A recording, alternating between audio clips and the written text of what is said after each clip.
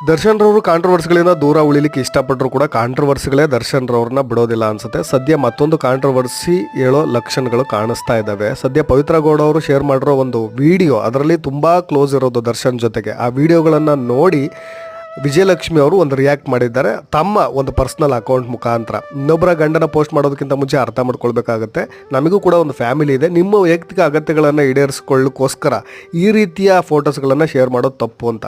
ಜೊತೆಗೆ ಇದನ್ನೆಲ್ಲ ನಾನು ಸೋಷಿಯಲ್ ಮೀಡಿಯಾದಲ್ಲಿ ಬಂದು ಚರ್ಚೆ ಮಾಡೋ ಅಗತ್ಯ ಇಲ್ಲ, ನನ್ನ ಫ್ಯಾಮಿಲಿ ಹಿತದೃಷ್ಟಿಯಿಂದ ನಾನು ಮಾತನಾಡೋ ಟೈಮ್ ಬಂದಿದೆ, ಕಠಿಣ ಕಾನೂನು ಕ್ರಮ ತೆಗೆದುಕೊಳ್ಬೇಕಾಗತ್ತೆ, ಸಮಾಜಕ್ಕೆ ಒಂದು ಸ್ಪಷ್ಟ ಸಂದೇಶವನ್ನು ಕೂಡ ಕೊಡ್ತೀನಿ ಅಂತಲೂ ಕೂಡ ಹೇಳಿದ್ದಾರೆ. ಜೊತೆಗೆ ಈಗಾಗಲೇ ಪವಿತ್ರ ಗೌಡ ಅವರಿಗೆ ಮದುವೆ ಆಗಿರೋ ಫೋಟೋಸ್ಗಳನ್ನು ಕೂಡ ಇದರಲ್ಲಿ ಶೇರ್ ಮಾಡಿದ್ದಾರೆ.